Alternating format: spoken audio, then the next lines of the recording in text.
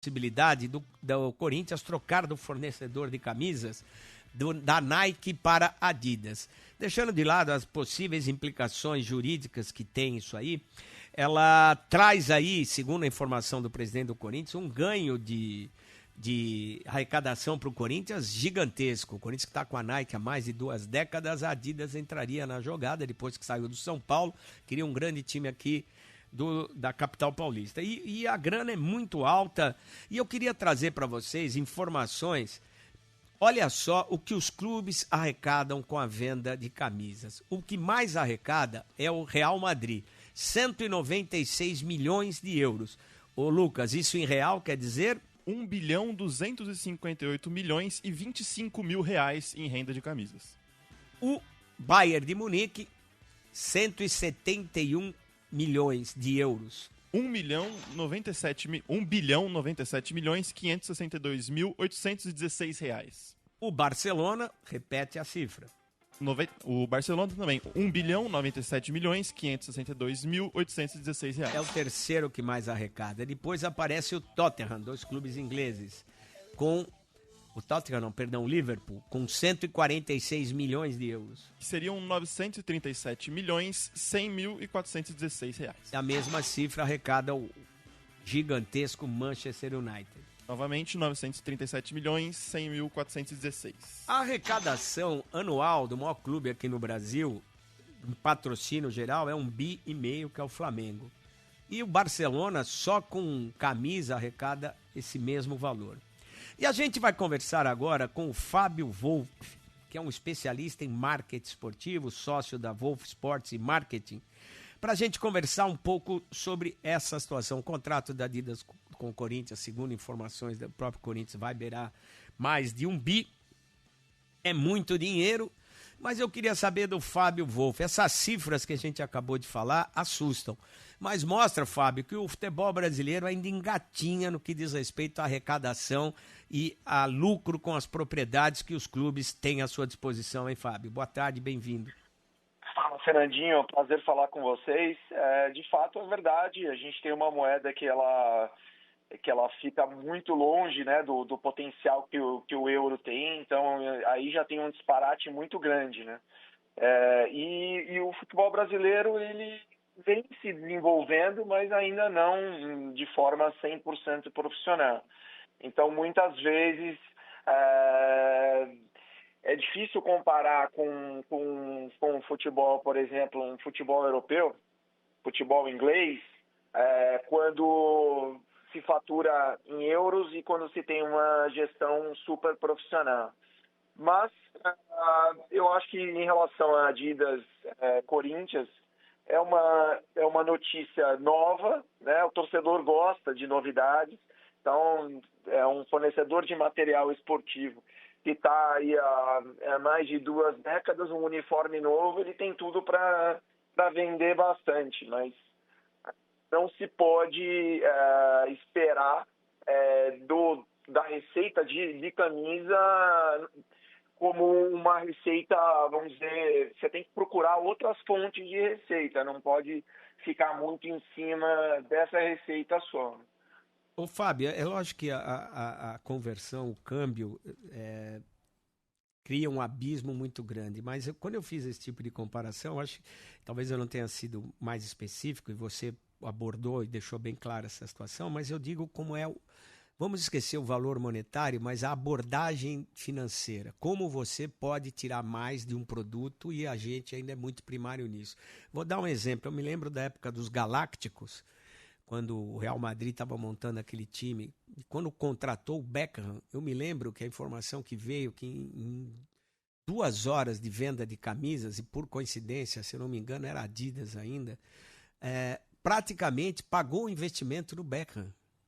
Com a compra de camisas, o próprio presidente do Real Madrid falou isso, não, só com venda de camisa, o que eu estou entregando, porque o clube ganha um percentual quando a camisa oficial é vendida, eu praticamente paguei a operação do Beckham. E a minha fonte de questionamento em relação a isso é que a gente não chegou a essa capacidade de pagar esse tipo de investimento. Por que isso não acontece? Por que a gente não tem essa mesma reação?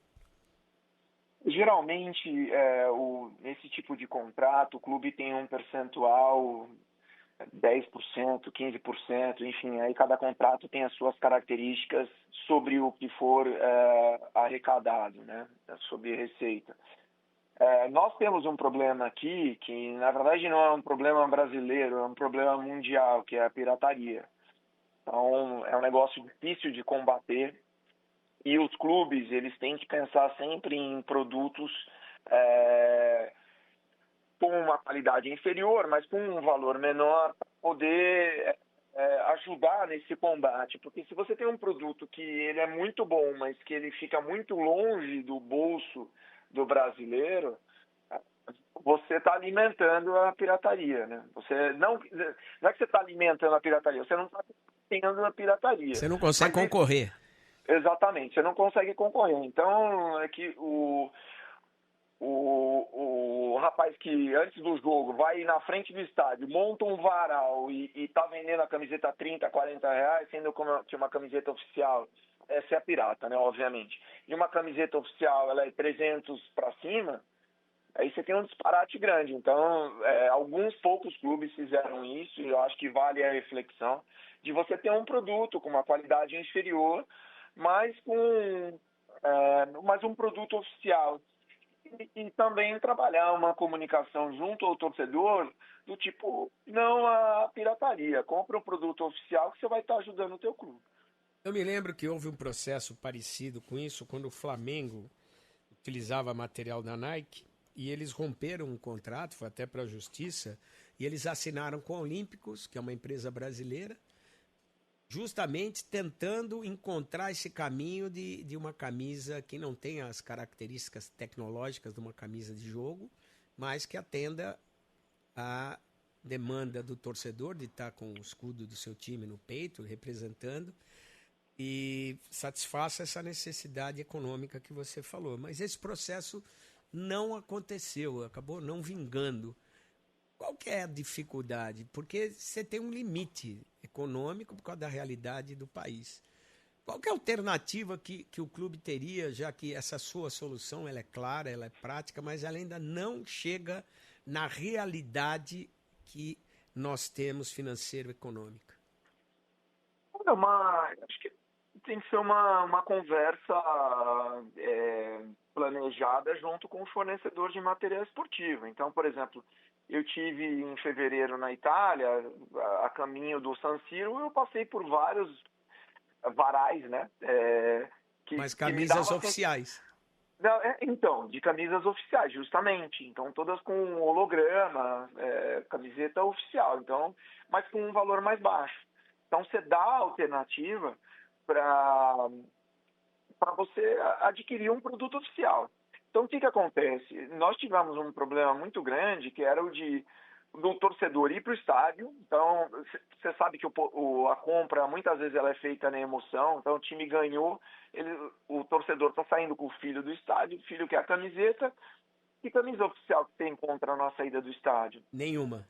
Então, aí você acaba comprando a pirata. Então, às vezes, também não é uma questão só econômica, mas também de acessibilidade.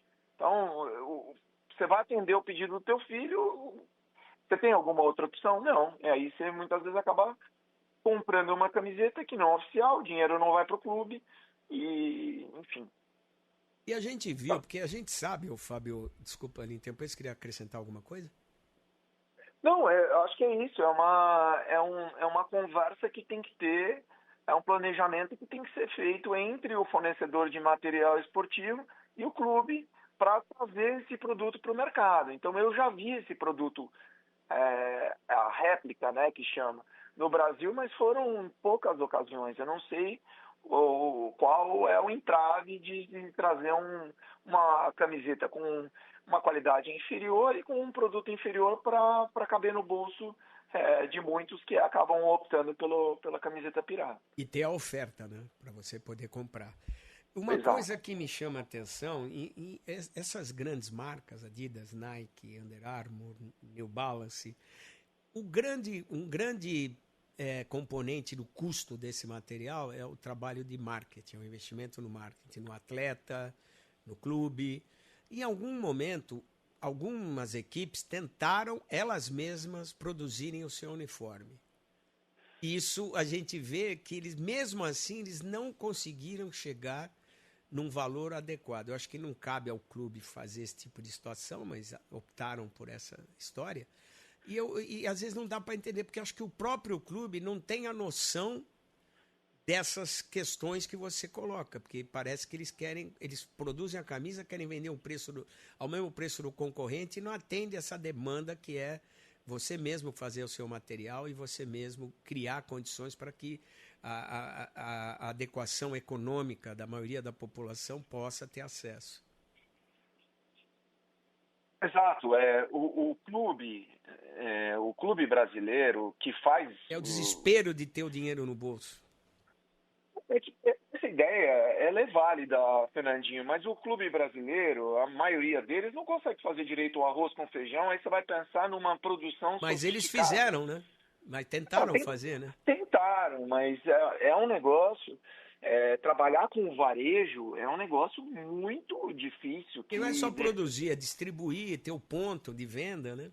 Exato, tem um know-how, você precisa ter um know-how muito sofisticado, com planejamento, com estratégia para um negócio como esse dar certo. Então, os clubes, eles podem almejar fazer esse tipo de operação? Pode, mas antes disso tem coisas muito mais básicas que hoje eles não fazem. Então, muitas operações são terceirizadas. Né? O fornecimento de material esportivo é terceirizado. Por quê? Porque o clube não tem estrutura, não tem know-how. Os clubes que se aventuraram nesse tipo de negócio, a grande maioria teve prejuízo homérico. Quebrou a cara, né? Exato. E, Fábio, uma coisa que está me chamando a atenção, voltando a esse possível contrato da Nike ser rompido com o Corinthians e a Adidas entrar, uma das justificativas, ou a justificativa legal da tal da brecha no contrato, que seria a mudança do fabricante do material. Era uma empresa que fabricava e entregava sob licença da Nike. A gente sabe que essas grandes empresas elas não produzem, elas terceirizam a produção mediante o desenvolvimento do produto, atendendo determinadas demandas técnicas, enfim, elas acham que deve ser feito. E aí, o que me passa é a sinalização, porque me parece juridicamente frágil não sou um jurista, mas me parece frágil essa justificativa. E eu estou tocando nesse ponto porque passa para o mercado também, para o fornecedor de material, para quem vai fazer um contrato, esse risco de você ter esse rompimento. Quando você tem uma parceria que tem algum determinado risco, ela aumenta de valor. Você cobra esse risco que você se expõe. Isso não é ruim para o mercado, porque à medida que você precisa diminuir o valor sem arranhar o lucro que cada um tem que ter com essa história, quando você coloca um questionamento de risco aí, não é ruim, não sinaliza uma situação ruim para o mercado que precisa ter estabilidade para poder se projetar e pensar em baratear e preservar suas margens de lucro, que é o que toda empresa precisa ter? Olha, eu sou sempre a favor de parcerias a longo prazo. Então, a parceria Corinthians e Nike é uma parceria sólida até esse momento. E as mudanças, óbvio, elas podem acontecer, como aconteceram com algumas seleções recentes, de você rediscutir contrato. É um mundo capitalista, é um mundo de negócios, né? O que é importante fazer um negócio que seja tangível juridicamente para você não ter um problema. Tá? Então, você tem um parceiro, você tem um contrato vigente, você vai seguir com outro, então que isso siga uma linha jurídica sustentável. Não, eu entendo, eu não estou nem querendo entrar no mérito jurídico, se é válido, se não é válido. O que eu digo é o que isso representa para o mercado.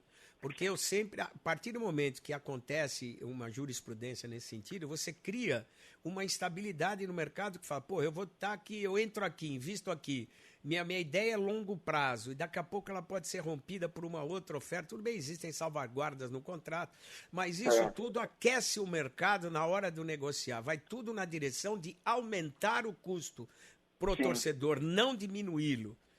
É essa abordagem que eu gostaria de discutir com você.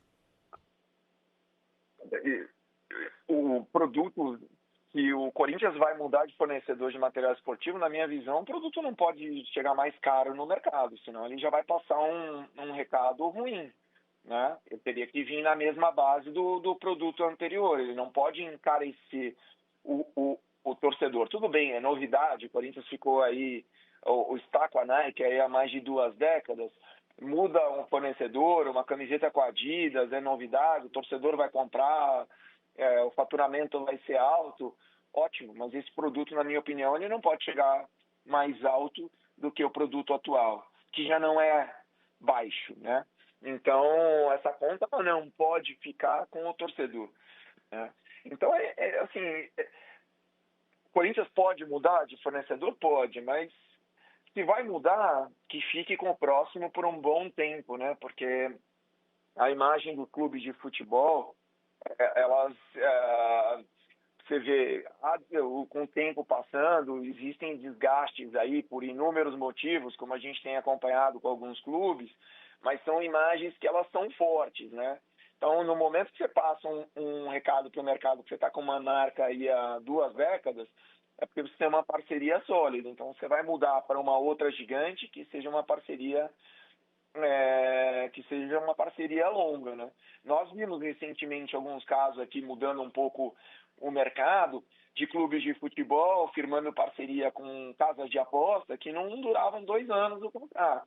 Aí muda para outro, depois muda para outro, e aí você está passando um recado para o mercado muito ruim, né? De que as suas parcerias são frágeis, né?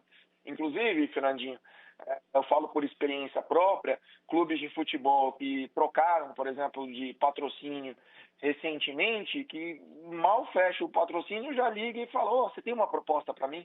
Isso é ruim, né? Não pega bem, né? Os clubes, eles têm que criar histórias com as marcas, né? Quanto mais forte por isso, depois você consegue construir uma imagem para o mercado de que você é uma marca confiável para fazer negócio. Então, eu respondi a tua pergunta. Essa imagem que não passa do futebol. O futebol não passa essa imagem de parceria, passa a imagem do desespero. É lógico que você tem que brigar por números melhores, mas essa construção com a parceria a gente não vê no futebol. O futebol é muito voraz pelo desespero econômico-financeiro, né? E isso passa uma mensagem ruim para o mercado. É isso, é o dinheiro para amanhã. Aí depois do dinheiro de amanhã... Não serve, não é o suficiente. Depois de amanhã, entendeu? Então é um negócio de você ficar correndo atrás do rabo, entendeu? Infelizmente, tem clubes que estão se endividando cada vez mais, e vai chegar um ponto que ou você fecha o clube ou você torna esse clube uma SAF, porque...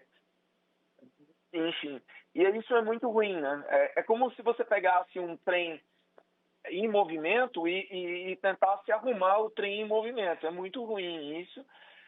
Você vê que são marcas aí consolidadas, são marcas aí que fazem uma receita enorme, mas que não existe planejamento, não existe fluxo, um planejamento financeiro, são clubes que têm dívidas enormes, dívidas trabalhistas.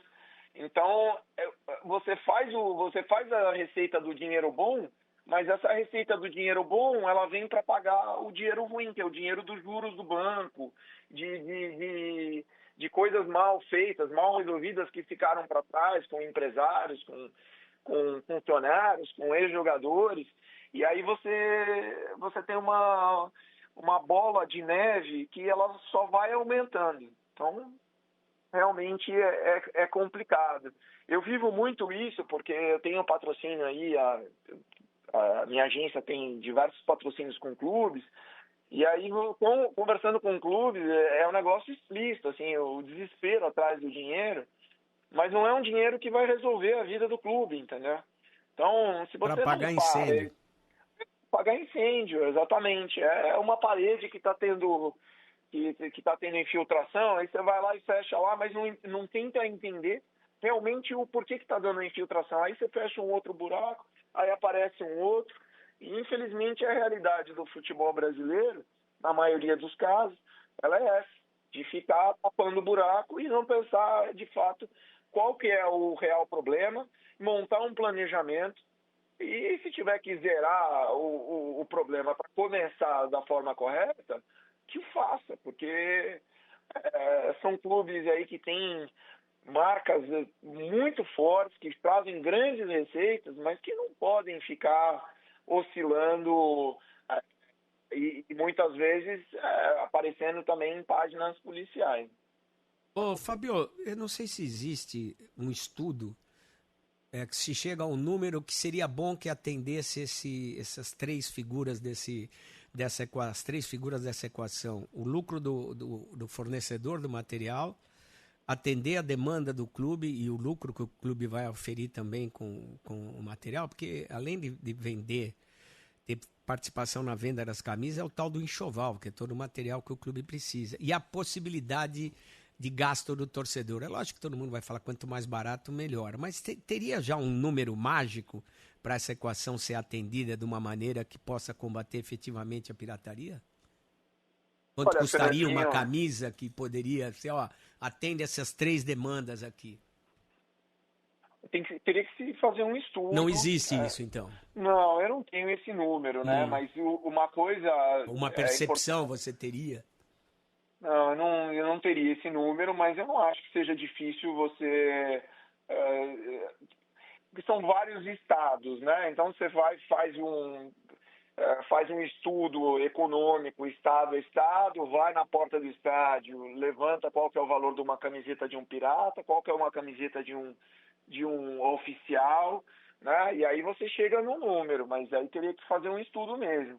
Mas uma coisa importante dizer, Fernandinho, que a grande maioria dos fornecedores de material esportivo, eles não entregam também 100% da necessidade do clube, tá? Porque é um negócio muito complicado, é produção, né? Muitas vezes o clube fecha uma parceria com categorias de base, então é uma quantidade gigantesca de enxoval, como você mesmo falou, de produtos para atender categoria de base, para atender o profissional, para ir para o mercado e colocar... Isso só futebol, né? Nós estamos falando, tem outras modalidades. Exatamente. Então, quantas vezes você já chegou, de repente, para comprar uma camiseta e não tinha o tamanho P ou M, ou até o modelo feminino, né? Então, você vê que para o fornecedor de material esportivo já é um tema complicado você conseguir suprir a demanda do mercado com todas as... Mas aí é uma deficiência do fornecedor, né? Exato, mas é a grande Isso maioria... entra no custo, isso aumenta o custo. Exato.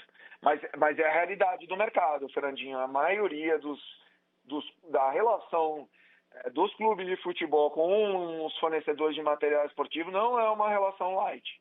É uma relação interessante. Você traz uma informação importante, porque derruba também uma balela, porque não é só a pirataria que influencia nisso. Existe aí a incapacidade produtiva do fornecedor que encarece. Porque se ele vendesse mais camisa, ele ia baratear o custo. Se ele entregasse mais material, ele iria baratear o custo. Então, existe aí... Você está trazendo uma coisa que é nova para mim. Eu não tinha ideia dessa dificuldade com esses gigantes. Eu sabia que, por exemplo, tinha uma dificuldade, às vezes, de entrega de material, porque há um escalonamento de produção industrial, como a maioria dessas peças são feitas fora do país. Algumas produzem aqui dentro, mas boa parte vem de fora, que existe um cronograma empresarial que, pela falta de planejamento no futebol brasileiro, às vezes atropela esse planejamento. Mas agora você traz uma vertente aí que é muito importante. Não é só a pirataria ou a incapacidade de gestão do clube, ou a incapacidade do poder público de combater a pirataria que traz aumento no custo para o torcedor. A incapacidade industrial do fornecedor também é um componente importante nessa equação. Essa é uma realidade, Fernandinho. Que não é colocada no dia a dia. Não, é porque isso fica a porta dentro, né? Que é a relação do clube com o fornecedor de material esportivo. Mas na maioria dos Mas casos... ela se reflete no mercado, como você disse. Eu vou na loja, quero comprar, não Exato. tem. É isso. É isso. No Quantas varal vezes tem. aconteceu isso? No varal, na porta do estádio, tem. Exato. Exato, é isso. Então, ele é uma realidade e se você for apurar isso junto aos Então nós clubes de temos futebol, mais que um vilão nessa história. Não é só a pirataria.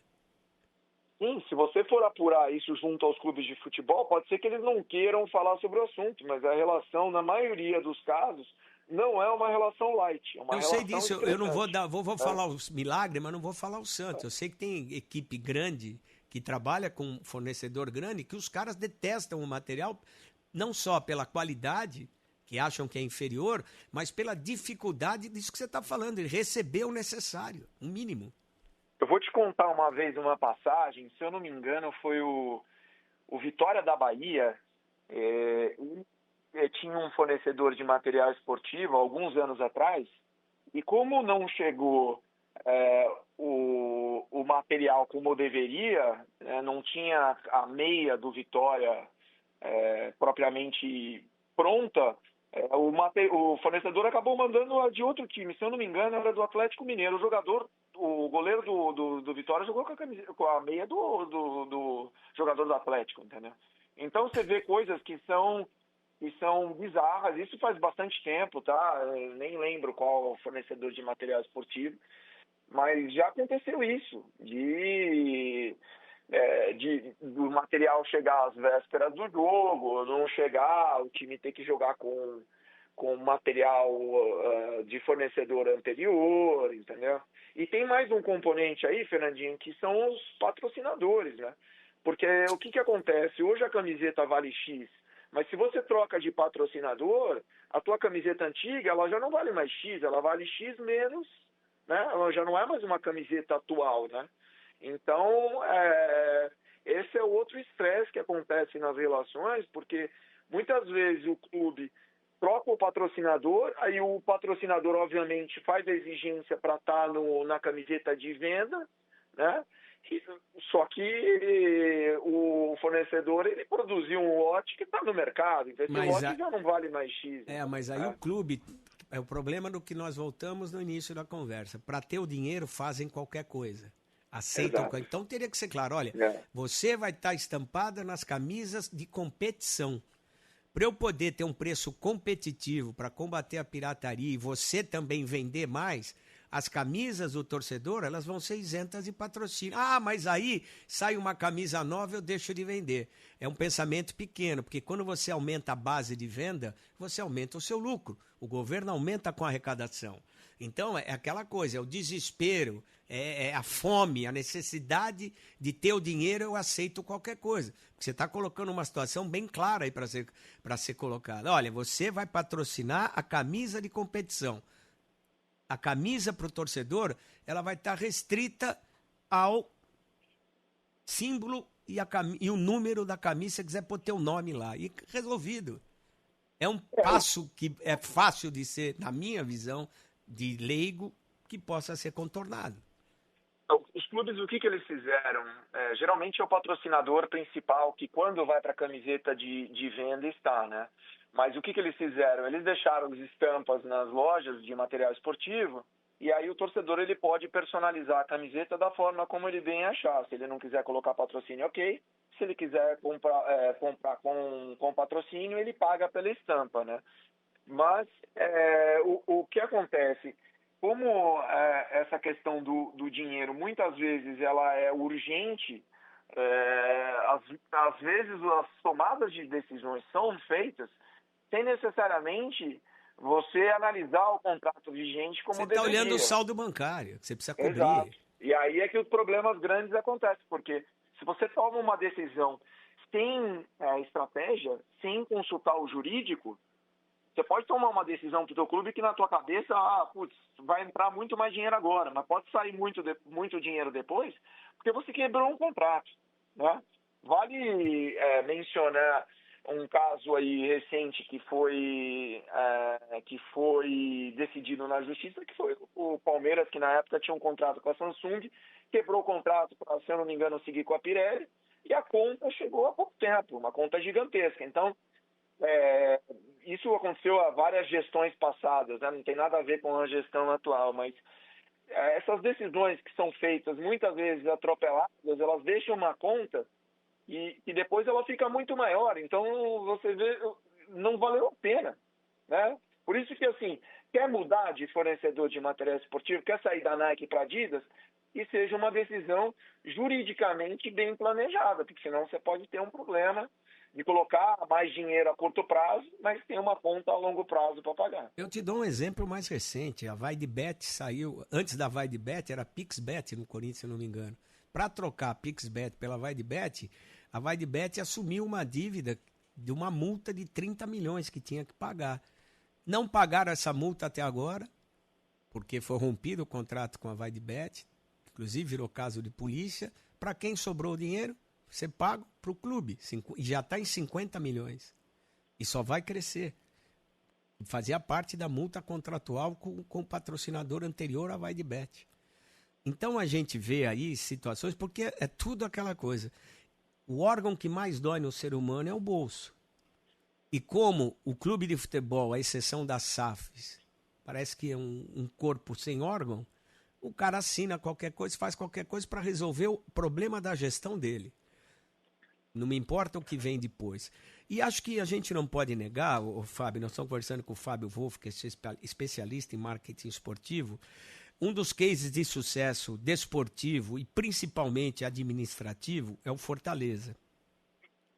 E o Fortaleza, ele usa o modelo de confecção do seu próprio material. A responsabilidade é dele, mas terceirizado, mas a gestão, a administração é deles própria. E eles tiveram uma atitude recentemente aí interessante que o Lucas Bueno vai trazer para a gente agora. Vamos analisar isso aqui, Fábio. Boa tarde, Fábio. Agora, para falar do Fortaleza em si, o Fortaleza já fez diversas ações com a sua camisa de futebol. Uma delas foi uma repaginada. Ele decidiu lançar uma versão popular vendida pelos ambulantes na porta do estádio pelo valor de R$ 59,90. Então a camisa havia saído do valor de R$ 225 e foi para o valor de R$ 59. Além de pegar diversas camisas falsificadas e transformar em um bandeirão do clube, para ser algo utilizado pela torcida dentro do estádio. Então o Fortaleza, ele é reconhecido por fazer esse esquema de tentar aproximar o torcedor da sua camisa. Uma camisa sendo vendida por R$ 59 na porta do seu estádio, eu principalmente acho que nunca vi algo parecido com isso. E é uma atitude inteligente, Fábio, porque a economia informal é um componente importante da construção do PIB brasileiro por causa da particularidade da nossa economia. E é uma gestão inteligente, porque, eu não consigo combater o pirata. Então eu me torno sócio dele. Olha que sacada legal. Talvez implique, esbarre em alguma coisa legal, mas não deixa de ser uma situação, uma atitude ativa, proativa do Fortaleza. É o que a gente não vê nos clubes, não vê no governo, não vê nos produtores de material esportivo. A gente só vê reclamação. O Fortaleza, dentro do universo dele, ele tomou uma situação que tentou corrigir isso. Eu acho que falta essa situação. Entender a realidade do mercado. O que tem que ser, a gente sabe. Pela dificuldade, parece distante e utópico.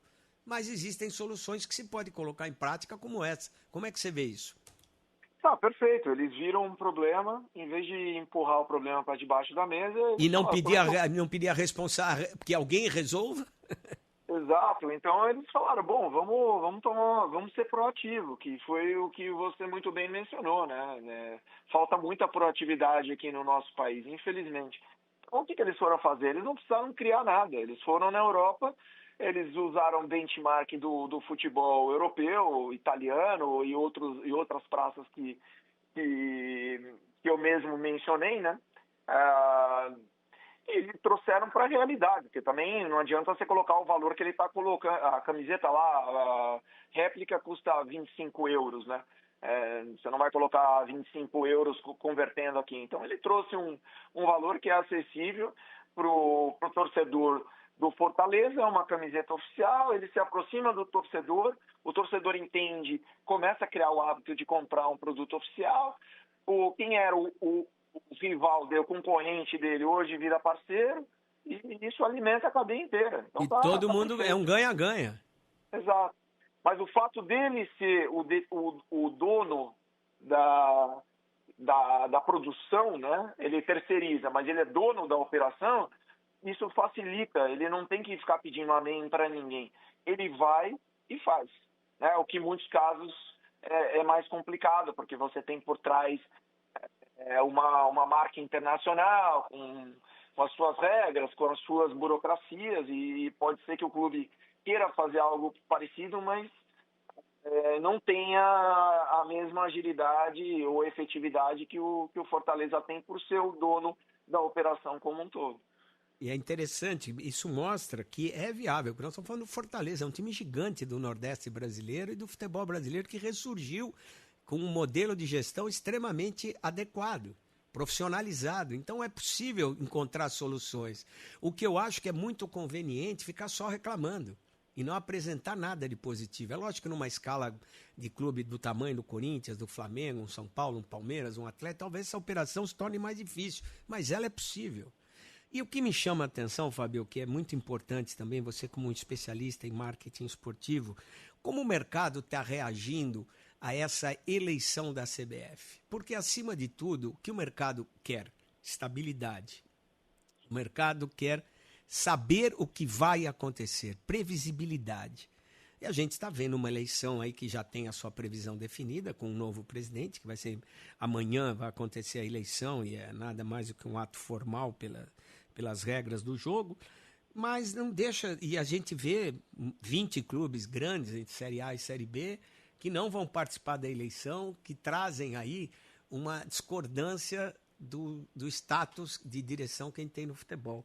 Você vê isso como algo positivo, essa mudança de comportamento, essa conflagração aberta, ou você vê isso para o mercado como algo preocupante?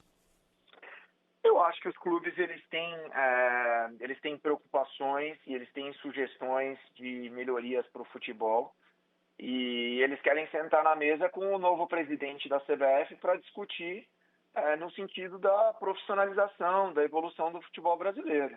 Então, por bem, acho que o novo presidente da CBF, que vai sentar numa cadeira que esteve instável aí nas últimas gestões por inúmeros motivos, ele tem a oportunidade de abrir um diálogo com os clubes e chegar em denominador comum para aplicar no sentido do desenvolvimento do futebol brasileiro, da estabilidade, porque nós temos aí um produto que é maravilhoso, mas mandos, desmandos, trocas, isso acaba atrapalhando muito, né? No momento que você tem uma mudança numa gestão com o carro em andamento, já é complicado, porque quantos processos ficam para trás ou ficam, enfim, sem ter realmente a atenção que deveria. Então, eu desejo aí o novo presidente da CBF sucesso e sabedoria no sentido, sabedoria e também uma condução para atender aos desejos dos clubes, né, para que se chegue aí a um denominador comum, que de fato a gente tenha aí em breve uma liga forte, né, que seja dado todas as condições não só para a seleção profissional, masculina e feminina, mas como todas as seleções de base, né? E que o dinheiro da CBF, que tem hoje no caixa da CBF, ele possa ser utilizado de forma inteligente no sentido do desenvolvimento do futebol brasileiro e que esse dinheiro não chegue só no topo, né? Mas que ele seja investido também na base, né? Para que a gente tenha aí o fortalecimento do nosso futebol e o ecossistema como um todo, eu, você, todos nós que trabalhamos no futebol, sejamos beneficiados por um futebol brasileiro mais organizado e mais profissional. Para o mercado, o que é mais interessante, você manter qual a leitura do mercado, não a sua, do mercado, para manutenção desse sistema que a CBF comanda os campeonatos, organize e tal, ou que a Liga assuma essa postura e passe a ter o controle sobre as competições nacionais? Na minha opinião, a gente tem que seguir o que melhor acontece no futebol mundial. E o que melhor acontece no futebol mundial é o futebol inglês. Você tem desde o começo da década de 90 a Premier League, que faz um trabalho espetacular e que torna o futebol inglês o futebol com a maior movimentação de dinheiro, o futebol com maior visibilidade a nível mundial. Então, na minha opinião, e imagino que de muitos do mercado, é a Liga, né, os clubes. Por isso que eu acho que é importante o novo presidente sentar e conversar com os clubes e chegar a esses pontos para que, de fato, o Campeonato Brasileiro, Série A, Série B e outros mais, que eles sejam organizados aí num novo formato e que a CBF ela tenha um gerenciamento das seleções, né? Enfim, eu iria nessa linha. Então, acho que a gente não tem que inventar muito, né? Acho que a gente tem que ir em busca de quem realiza e de quem faz. Então, entender, guardar as devidas proporções, trazer para cá e planejar e efetivar para que a gente possa fortalecer, profissionalizar o futebol brasileiro. Em cima do que você falou, Fábio, de valores e se basear na Liga Inglesa, hoje nós tivemos a definição do playoff, que a Championship é a segunda divisão inglesa, né? Jogaram Sunderland e o Sheffield United. Sabe quanto ganhou o Sunderland? É lógico que esquece a conversão, eu estou dizendo como o valor é bem diferente, não monetário, mas a concepção do negócio. Tanto é que a Série A e a Série B têm valores diferentes aqui no futebol brasileiro, tem também pesos diferentes na eleição do presidente da CBF, mas o Sunderland, por ganhar o direito, porque no inglês sobem os 3 primeiros, e o 4º colocado na Série B vai disputar com o primeiro rebaixado da Série A, com o último rebaixado da Série A, para ver quem fica ou se alguém sobe. Hoje o Sunderland ganhou 1,5 bilhão de reais só pelo acesso dele para a Série A da Liga Inglesa. Esquece a conversão. E se você fizer a conversão, nós estamos falando aí em 250 milhões de reais, mais ou menos. Olha a loucura que é a diferença. E há muitos anos, a gente sabe que o futebol inglês estava falido, quebrado, marcado pelos hooligans, pela violência, pela falta de competitividade, apesar de ter ganho já uma Copa do Mundo, quando foi jogado em 66, lá em Wembley, a final contra a Alemanha, controversa até hoje. Mas como é possível, com a gestão profissional e de clubes, você começar a atingir valores inimagináveis, né? O que a gente rasga de dinheiro até hoje para esse sistema de controle feudal que a gente tem no futebol brasileiro, esses números aí assustam, né? E mostram até onde a gente pode ir. Perfeito. Futebol inglês na década de 80 era escândalo atrás de escândalo, mortes dentro do estádio. Parece um futebol que a gente conhece, né? Perfeito. A primeira-ministra, na época, Margaret Thatcher, falou: agora a gente tem que zerar isso aqui e começar da forma como tem que fazer. Foi feito o Taylor Report, né, um relatório em que foi criada a liga, né, enfim, e o futebol inglês se profissionalizou, e hoje ele é o que é, porque ele entendeu que precisava se profissionalizar, e hoje é uma referência a nível mundial. Por que nós não podemos ter essa referência aí, com todo esse potencial que nós temos aí? Com todo o semi-profissionalismo que impera, nós somos, se não me falha a memória, a 6ª, a 7ª maior liga, quer dizer, não tem liga, né? Maior campeonato do mundo. Imagina se nós tivéssemos um ecossistema todo formado aí por profissionais, especialistas, enfim, essa história que eu estou te contando, eu sei bem, porque em 2001, 2002 eu fiz mestrado em futebol na Inglaterra, em Liga.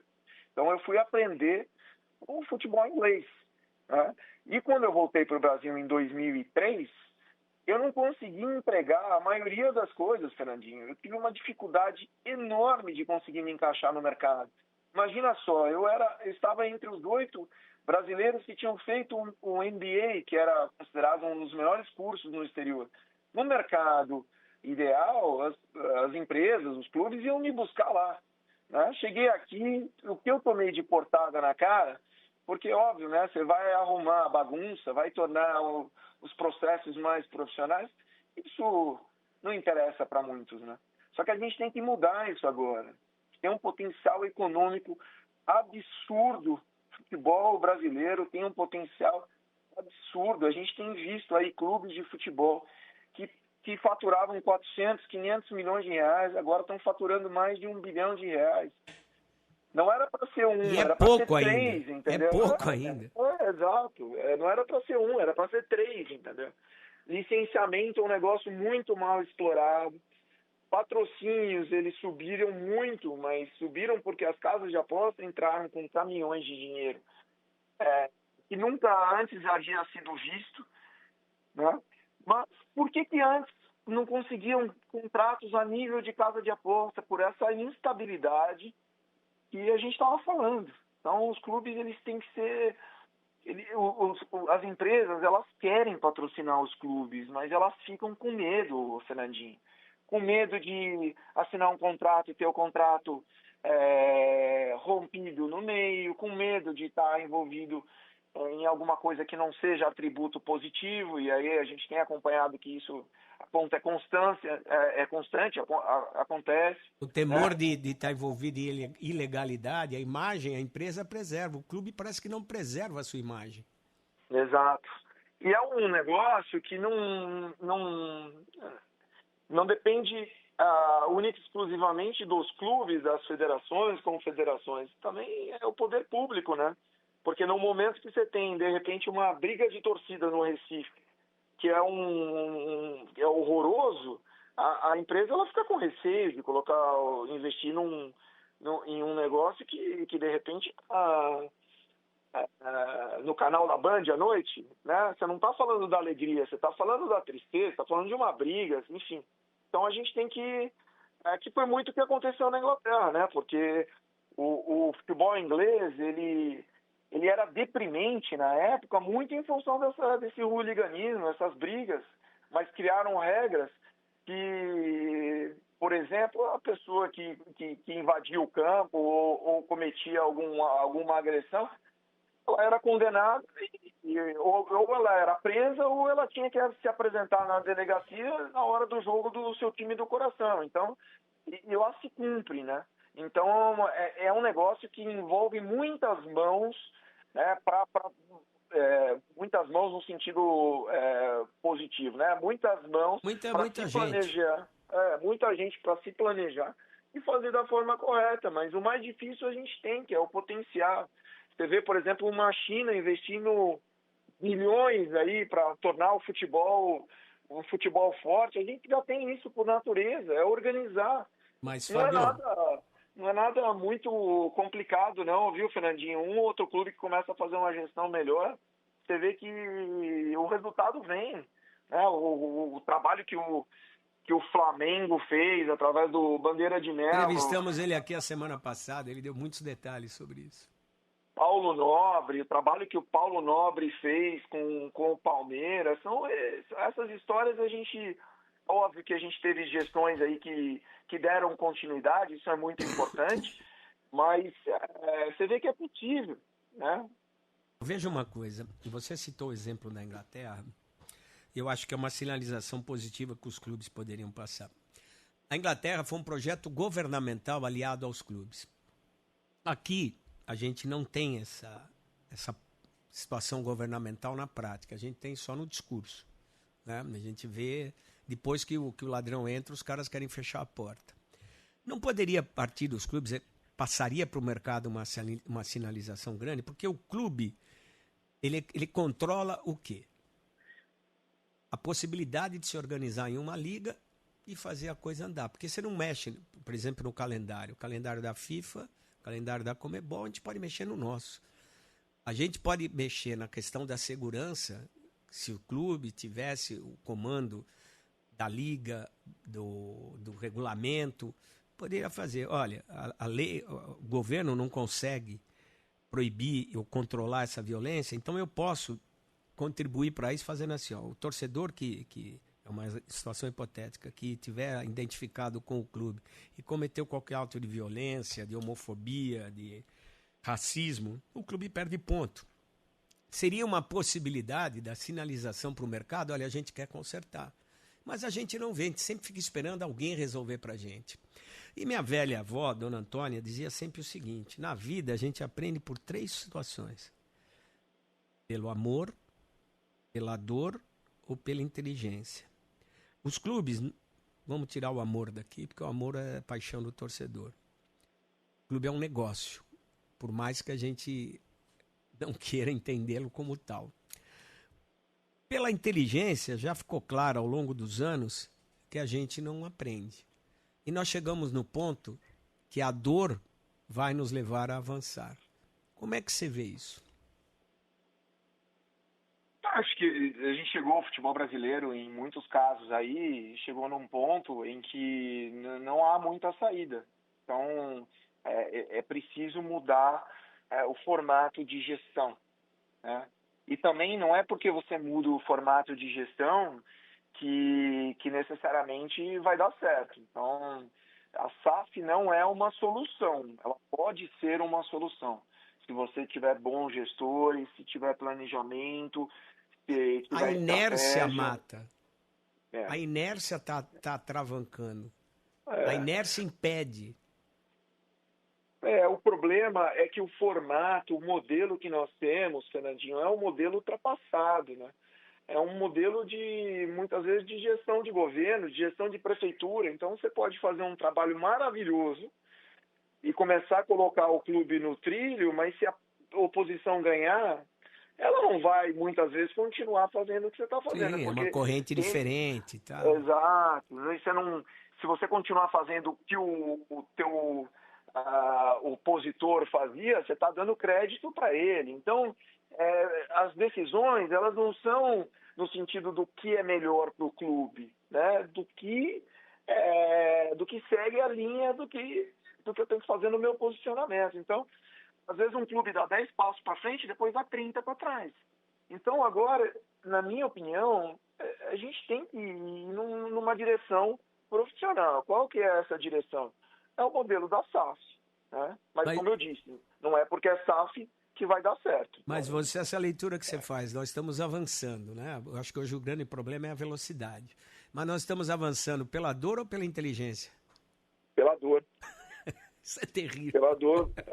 Do mesmo jeito, fazendo um paralelo aqui, Fernandinho, as redes sociais dos clubes de futebol, elas, em alguns casos, eram melhores, mas a grande maioria praticamente não existia. Como é que ela melhorou com a pandemia? Pela inteligência ou pela dor? Pela dor. Eu vou te dar um exemplo, Fábio. Eu fui convidado ano passado pela La Liga, eu fui conhecer de perto a operação do Sevilha. O Sevilha é um time intermediário na Espanha, para pequeno, né? Uma cidade maravilhosa, gigantesca, mudou o mundo com a saída lá de Colombo, que saiu de Sevilha para descobrir a América e tal. Eles têm, o cara me mostrou lá, a equipe lá de marketing, o projeto deles de mídias sociais. Você sabia, eles estavam inaugurando um serviço em português. Eles têm um serviço do Sevilha em 6 idiomas, diário, de atualização de notícias. E eles estavam lançando o serviço brasileiro em português, o serviço voltado ao público brasileiro em português, porque eles viam no Brasil um mercado em potencial, porque eles tiveram jogadores como Luiz Fabiano, Renato e outros que passaram por lá, que brilharam demais. Mas é a internacionalização de um time médio para pequeno na Espanha. Olha como vai de encontro ao que você está falando das mídias sociais. Eles estão aprendendo pela inteligência. E a gente está aprendendo pela dor, conforme você estava falando. Por que aceleraram aqui as redes sociais durante a pandemia? Porque os clubes de futebol começaram a ter os seus contratos suspensos. Então era a única forma de você entregar, né? De ter alguma contrapartida contratual, eram as entregas de rede social. Mas muitos não estavam estruturados para isso. Então, hoje, sim, nós temos aí clubes de futebol com mais de 40, 50 milhões de seguidores, mas muito se deve... A pandemia foi em 5 anos, e em um ano eles fizeram, na verdade, o trabalho de 5, 10 anos. Então, infelizmente, nós vivemos num país em que muitas vezes o desenvolvimento ele acontece em função da dor e não de uma visão estratégica de planejamento, que vai acontecer isso, então já vamos nos preparar, como é o exemplo do Sevilha.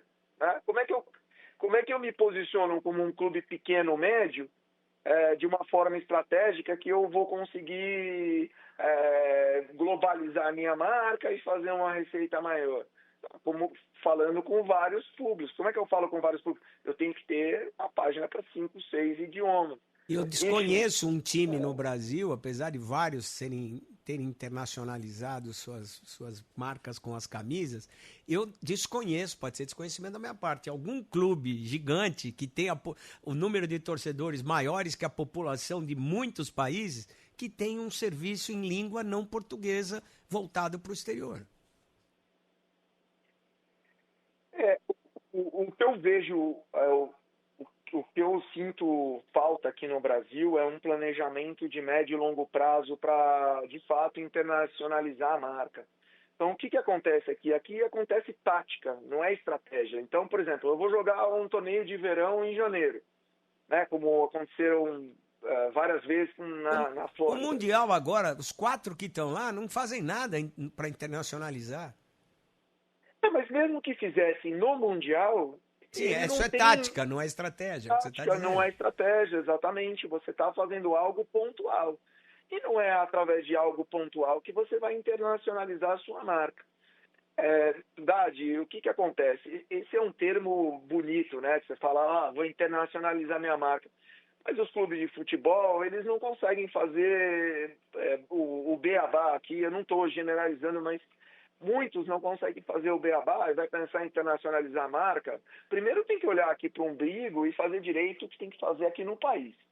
Quando o clube estiver profissional e planejado a um outro nível, aí é que você vai falar de internacionalização de marca. Deixa eu te interromper só um minuto, porque eu cometi uma gafe aqui, Fábio, e o Lucas, que é rápido no gatilho aqui, a gente tem uma internacionalização. Por favor, Lucas. A gente tem o Flamengo em 2022 lançou um Instagram em inglês e um site também em inglês. E no Super Mundial, o Palmeiras ele vai lançar uma Casa Palmeiras nos 3 lugares em que o Palmeiras vai estar, né? Na sede de treinamento e nos 2 lugares que vai jogar, tanto em Miami quanto em Nova York. Em cima disso, o Flamengo é estratégia, o Palmeiras como é que você falou? Você falou estratégia e... Estratégia, planejamento é o que é o ideal, né? Mas o que muitas vezes eu vejo os clubes fazendo é tática, né? Tática. O Palmeiras é uma tática e o Flamengo é estratégia, pelo esse exemplo que o Lucas trouxe. Na hora que o Flamengo desenvolve um trabalho como esse, você percebe que ele está antenado e quer fazer um trabalho de médio e longo prazo. Em relação ao Palmeiras, eu não sei qual que é o planejamento estratégico deles. Pode ser que eles tenham um plano estratégico de marca e não sei, teria que ver, entender, conversar. Se você falar mero e simplesmente sobre uma casa durante o Super Mundial e termina aí, o alcance é muito pouco, né? É muito pequeno o alcance, é só quem estiver lá, né? Aí é algo pontual, você não está construindo uma marca a nível global, fazendo alguma coisa pontual num evento. E legal, é o maior evento, maravilha, mas seria algo pontual. Com algo pontual você não constrói nada a médio e longo prazo. Imagino que o Palmeiras esteja pensando em outras ações, tem um plano. O Flamengo teve essa visão enfim. Mas a grande maioria não tem. Eu vou jogar um torneio na Flórida. O que você vai fazer? Eu vou levar aqui uns brindes. Tipo, Por isso que o Real Madrid vende camisa no mundo inteiro, as equipes inglesas vendem camisa no mundo inteiro, o Barcelona vende camisa no mundo inteiro. E eu vejo aqui, Fábio, me corrija se eu estiver errado, 2 camisas que são reconhecidas em qualquer lugar do mundo. Eu já viajei alguma coisa quando eu era repórter aqui na Bandeirantes, principalmente acompanhando a seleção brasileira. Existem 2 camisas que sobrevivem a isso. Eu não sei se a CBF tem esse site também em mais de uma língua, alguma maneira de se comunicar. São 2 camisas, a verde e amarela, que é onde você usar é reconhecida, e a do Santos, toda branca, principalmente se tiver o número 10 atrás.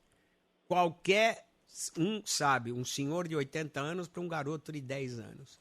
Eu vivi isso na prática. E o Santos teve esse brilho, esse auge nos anos 60 com o Pelé.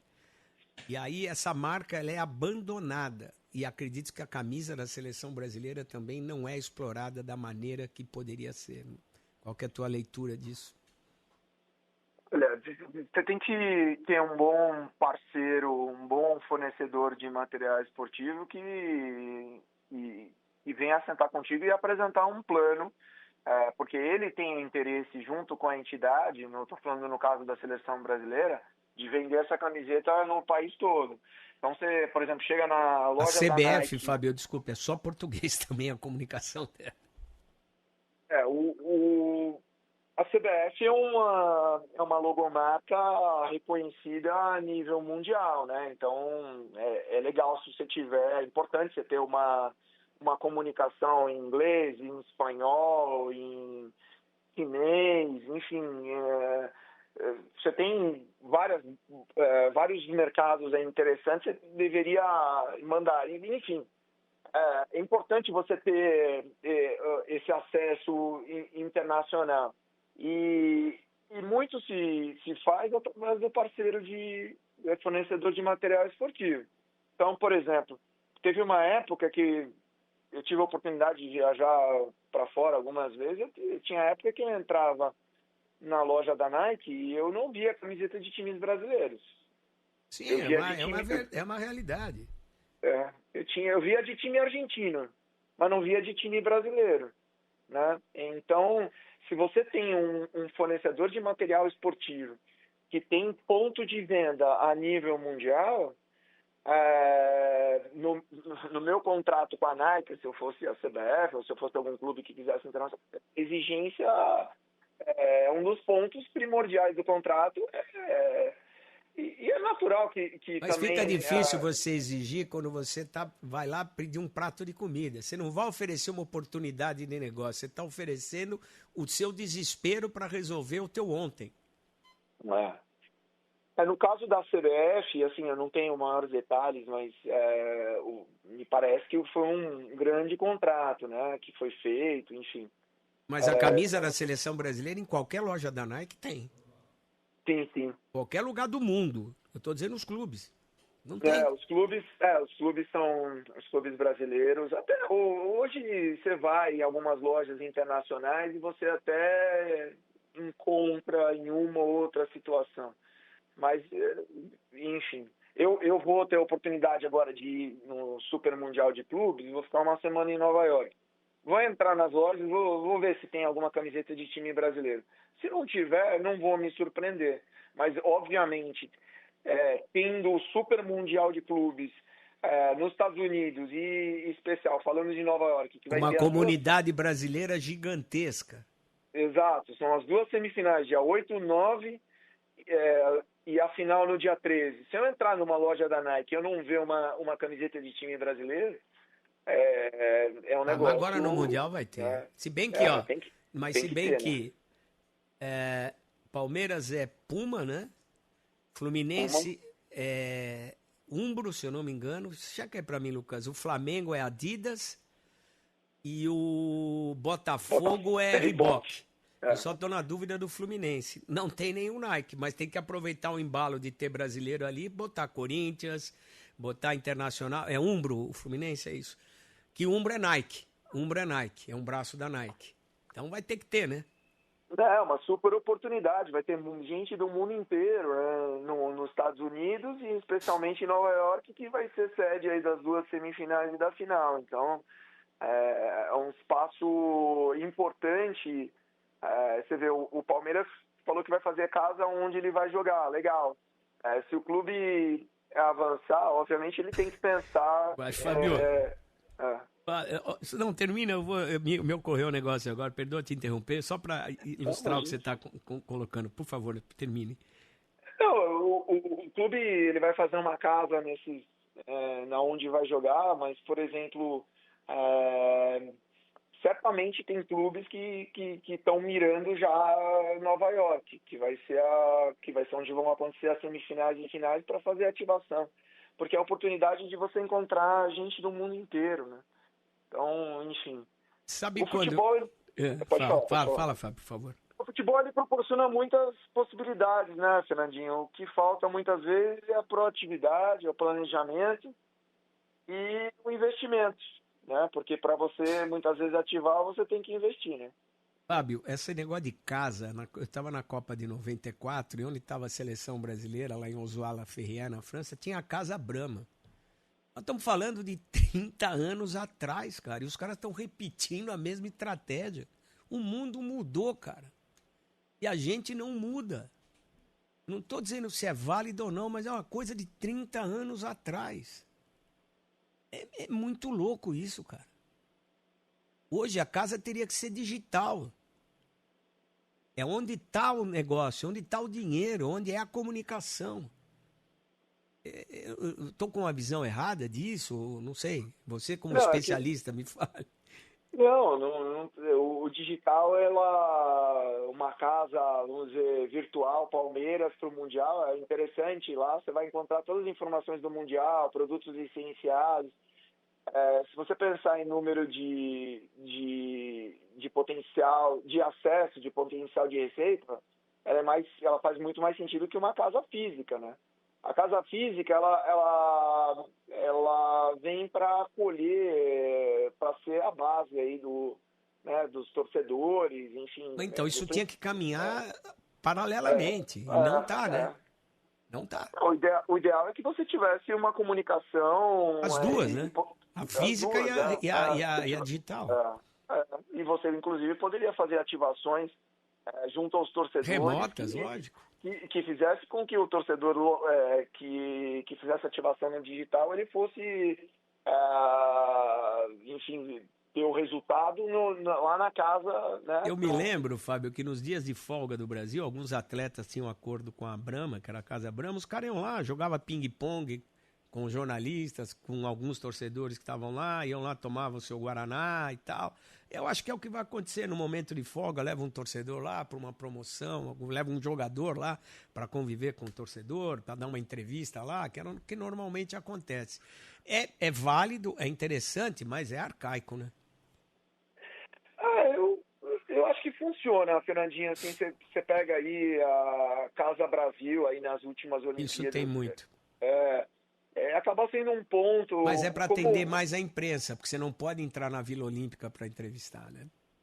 Sim, mas o brasileiro ele se sente um pouco órfão, né? Quando ele sai do país, ele quer encontrar outro brasileiro, ele gosta de... né? Ele precisa um pouco desse calor humano, porque ele está num país ou numa cultura que não é dele, né? Então, eu acho que a casa ela acaba suprindo muito essa... por exemplo, você está em Londres, você vai lá você vai comer um arroz e feijão e tomar um guaraná. Tem muito brasileiro que sai do país e quer fazer isso, entendeu? Porque é aquela coisa de estar num espaço que você não conhece, com uma outra cultura. Então a casa ela vem mais no sentido de acolhimento, de reunião, de ponto de encontro, enfim. Então, depende do que você vai fazer na casa, óbvio, você pode explorar os estrangeiros que vão estar passando por lá para comunicar, para criar uma sinergia, né? Mas dependendo do que for fazer na casa, ela pode ser muito mais encaixada para um brasileiro que está no exterior do que um próprio gringo que está passando pela casa e vai fazer alguma utilidade da presença dela lá, entendeu? E olha, Fábio, só para corroborar como a gente está perdendo terreno com o nosso marketing pré-histórico, que acontece muito em função das resistências que existem dentro de clubes, CBF, federações. Olha esse dado que o Lucas Bueno vai trazer para a gente encerrar a nossa conversa, você avalia, porque eu já tomei muito do seu tempo no fim de semana. O Correio Brasiliense ele trouxe um dado que as 6 seleções que mais venderam camisas em 2024. Em primeiro está a Espanha, com 2,1 milhão de unidades. Em segundo, a Argentina, com 1,85 milhão. Em terceiro, a França, com 1,71. Quarto, o México, com 1,5. Em quinto, a Inglaterra, com 1,5 também. E somente em sexto, o Brasil, com 1,43 milhão de unidades vendidas. Você vê que a gente está perdendo terreno e a seleção que mais ganhou, né? O Brasil tinha que estar em primeiro. Isso derruba alguns mitos que a gente acredita ainda, né? É uma camiseta que mundo afora é reconhecida por tudo que fez, mas a gente não pode sentar e ficar em berço esplêndido achando que o Brasil é o país do futebol eternamente, né? Se nós não tomarmos as rédeas de um mercado que ainda não é profissional, que oscila entre ações positivas, ações negativas, falta de proatividade, infelizmente daqui a alguns anos aí chegar numas quartas de final vai ser levantar a mão para o céu e de Copa do Mundo levantar a mão para o céu e nós vamos ser os azarões, né? Não adianta, se o trabalho ele não for profissional, planejado e contínuo, a gente vai perder o espaço, e aí é isso que tem acontecido nos últimos anos, e é uma pena, porque nós criamos uma liderança, vamos dizer, como o país do futebol, criamos uma distância entre os outros países, e hoje é possível dizer que essa estamos jogando no lixo. Já inexiste. Estamos jogando no lixo. Uma coisa que levou décadas para construir. Inexiste. Jogar com um time europeu em Copa do Mundo, mesmo que não seja uma seleção top, é um negócio que, se o Brasil não passar, ok, é muito possível que isso aconteça, porque você pega aí o último time que ganhou de um europeu e ganhou num time que num dia que o Cássio pegou até vento, foi o Corinthians contra o Chelsea, depois não aconteceu mais nada, e não é só o Brasil, né? É a América do Sul também, então o Brasil tem uma grande oportunidade agora de liderar o mercado sul-americano no sentido de uma melhor profissionalização, para que a gente consiga assegurar os jogadores aqui, consiga fazer de fato um campeonato, uma liga, né? Fazer o dinheiro entrar no país, mas não porque você está vendendo um jogador, mas porque os estrangeiros querem comprar o direito da transmissão.